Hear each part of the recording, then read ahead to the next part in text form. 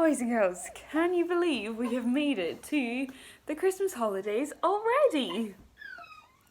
We only have one section of our Christmas story left and then we'll be done for 2020 Sunday Club Online and we'll see what happens after Christmas. So let's just recap on where the story is at so far. An angel had arrived to visit Mary and tell her that she was going to be having a baby. And this baby wasn't just going to be any baby, but this baby was going to be God's son. And Mary had then travelled with her fiancé to Bethlehem, where they needed to go because they were told they had to be counted.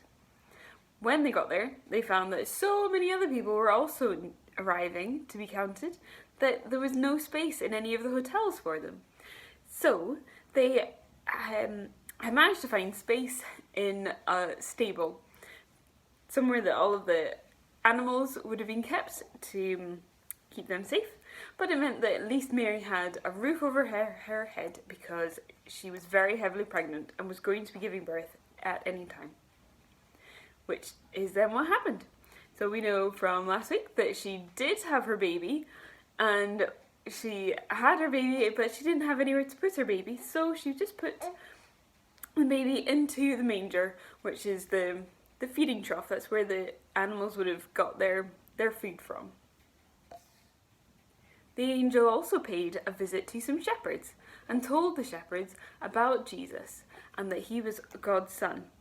So the shepherds went off to Bethlehem and they went to go and visit Mary and Joseph and baby Jesus as well. Now, Christmas is always a really busy time, and this year looks like it might be a slightly quieter time than normal, but one thing that we often do nowadays when we celebrate Christmas is we give each other presents. In your packs you'll have had some little ones like this that you could colour in. You might have some presents underneath your tree that you're maybe getting very excited about opening. And part of the reason that we have these gifts is because it reminds us what a special gift Jesus is to us, and reminds us that God put Jesus on this world so that he could die to save us. So the Bible tells us that there were also gifts at the very first Christmas, and these gifts were given by the wise men. They brought gold, frankincense and myrrh for the baby Jesus. Now, underneath your Christmas tree right now, you might have some presents that you have been waiting a long time to open. Maybe those presents have been there for a couple of weeks, maybe, or just a couple of days, and it maybe feels like you're having to wait forever to open them. Well, there are two characters from the Christmas story that we don't often hear about, and they had to do a lot of waiting. And these two people were Simeon and Anna, and they were both very godly people. That means that they loved God and they wanted to do anything that God asked them or that God told them to do. Now, God had told Simeon that he would one day meet his son, and so Simeon knew that someday this was going to happen. And one day when he was in the temple, which is kind of like a church, when Simeon was in the temple, Mary and Joseph brought Jesus, their little boy, into the temple. And Simeon, straight away, he knew that this was God's son. And this must have been very strange for Mary and Joseph to have this man come to them. And the Bible tells us that Simeon took Jesus in his arms and praised God because he had lived to see God's son.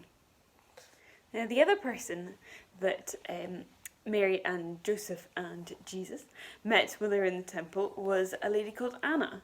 And the Bible tells us that Anna was 84 years old when they all met in the temple. And that's how long she had been waiting to meet Jesus. So if you are sitting looking at your Christmas presents, you can remember Anna and remember that you're not having to wait that long to open up your gifts.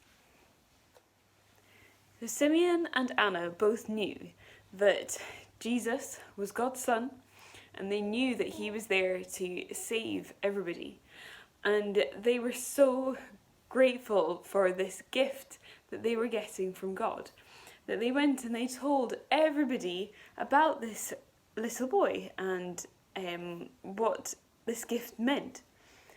And because people like Simeon and Anna told everybody about Jesus, and then lots of other people like Jesus' disciples and just other people who were around when Jesus was there, we now get to celebrate Christmas as well. So when you're looking at your lovely windows and you can see the different parts of the story and you're sitting on Christmas Day, you could try and tell somebody in your house what the different parts of the story mean, and just what happened on Christmas Day, and just why it's so special that we all get to celebrate it now. So I hope this Christmas you're able to spend just a little bit of time thinking about that tiny baby Jesus coming to earth and saving us all.